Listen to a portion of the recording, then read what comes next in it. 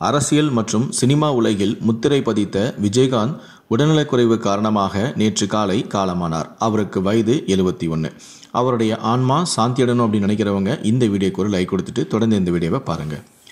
விஜயகாந்தின் மரண செய்தியை கேட்டு பிரேமலதா உடைந்து போனார். துக்கம் தாங்காமல் கண்ணீர் விட்டு கதறி அழுதார். மகன்களான விஜய் பிரபாகரன், சண்முக பாண்டியன் ஆகியோரும் பிரேமலதாவை ஆறுதல் படுத்தினார்கள். தேமுதிகவினரும் விஜயகாந்த் மறைந்துவிட்டார் என்று கண்ணீர் விட்டு கதறினார்கள்.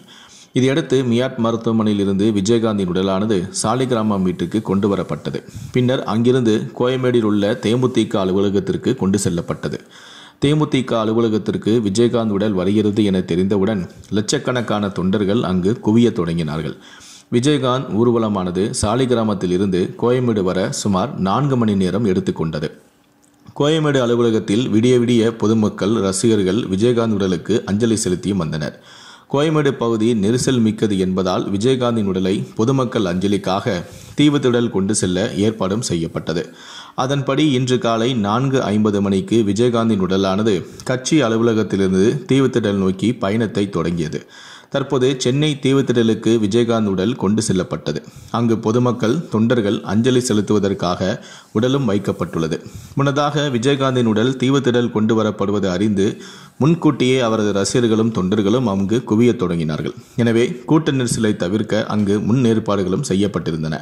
குறிப்பாக பொதுமக்கள் கூட்ட நெரிசலின்றி அஞ்சலி செலுத்திவிட்டு செல்லும் வகையில் அங்கு பல்வேறு முன்னேற்பாடுகளும் செய்யப்பட்டன. மேலும் பொதுமக்கள் அமரும் வகையிலும் 1000 இருக்கைகளும் அமைக்கப்பட்டுள்ளன. மேலும் பாதுகாப்பிற்காக சென்னை தீவுத்திடலில் 1000க்கும் மேற்பட்ட போலீசார் பாதுகாப்பு பணியிலும் ஈடுபட்டனர். தற்போது 7 மணியில் இருந்து விஜயகாந்தின் உடலுக்கு பொதுமக்கள் மற்றும் ரசிகர்கள் அஞ்சலி செலுத்தியும் வருகிறார்கள். வெளியூர்களில் இருந்தும் ஆயிரக்கணக்கான மக்கள் சென்னை தீவுத்திடலுக்கு குவிந்து வருகிறார்கள். நீண்ட வரிசையில் காத்திருந்து விஜயகாந்தின் உடலுக்கு அஞ்சலி செலுத்தியும் வருகிறார்கள்.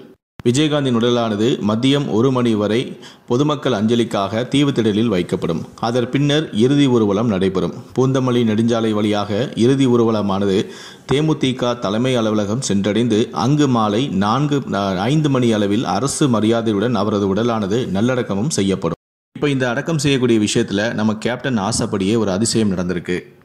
கட்சியே லட்சியம் அப்படிங்கிற மாதிரி தான் நம்ம கேப்டன் அவர்கள் இருந்தார்.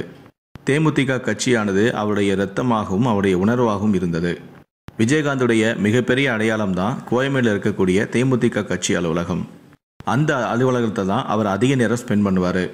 அப்படி அவருடைய வாழ்க்கையில் அதிக நேரம் இருக்கக்கூடிய அந்த கட்சி அலுவலகத்தில் தான் இப்போ விஜயகாந்தனுடைய அடக்கம் செய்ய போகிறாங்க.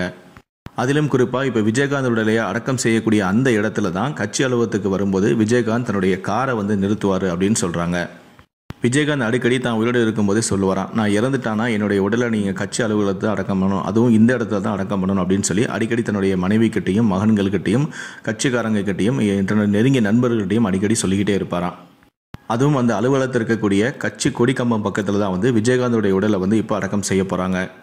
விஜயகாந்த் ஆசைப்பட்ட மாதிரியே அவருடைய உடலில் தேமுதிக கட்சி கொடியை போர்த்தி அந்த இடத்துல அவர் ஆசைப்பட்ட மாதிரியே அடக்கம் செய்ய போகிறாங்க. இந்த நிலையில தான் அவர் அடக்கம் செய்யக்கூடிய அந்த இடத்துக்கு வந்த அவருடைய ரசிகர்களும் தொண்டர்களும் அந்த விஜயகாந்த் அடக்கம் செய்யக்கூடிய அந்த இடத்துல அழுதுகிட்டு அந்த இடத்த முத்தம் கொடுத்துக்கிட்டு அந்த இடத்துல படுத்து கிடந்து அழுதுகிட்டு இந்த மாதிரியான சில செயல்களில் ஈடுபட்டு வராங்க. அது தொடர்பான வீடியோக்களும் புகைப்படங்களும் தற்போது சமூக ஊடகங்களில் வெளியாயிட்டு இருக்கு. அதே போல கோயம்பேடு மேம்பாலத்தில் இருந்து பார்த்தா கூட விஜயகாந்த் அடக்கம் செய்யக்கூடிய அந்த இடம் தெரியற மாதிரி தான் இந்த ஏற்பாடுகளும் செய்யப்பட்டிருக்கு. தேமுதிக தொண்டர்கள்லாம் விஜயகாந்த் அடக்கம் செய்யக்கூடிய இந்த இடம் அவருடைய நினைவிடம் இல்லை, இது எங்களுக்கான கோயில் அப்படிங்கிற மாதிரி பல பேர் கண்ணீர் மல்க தெரிவிச்சுட்டு வராங்க. இந்த வீடியோவை பற்றிய உங்களுடைய கருத்துக்களை கீழே இருக்கக்கூடிய கமெண்ட் செக்ஷனில் மறக்காமல் சொல்லுங்கள். முடிந்தளவுக்கு இந்த வீடியோவை மற்றவங்களுக்கும் ஷேர் பண்ணுங்கள். நன்றி, வணக்கம்.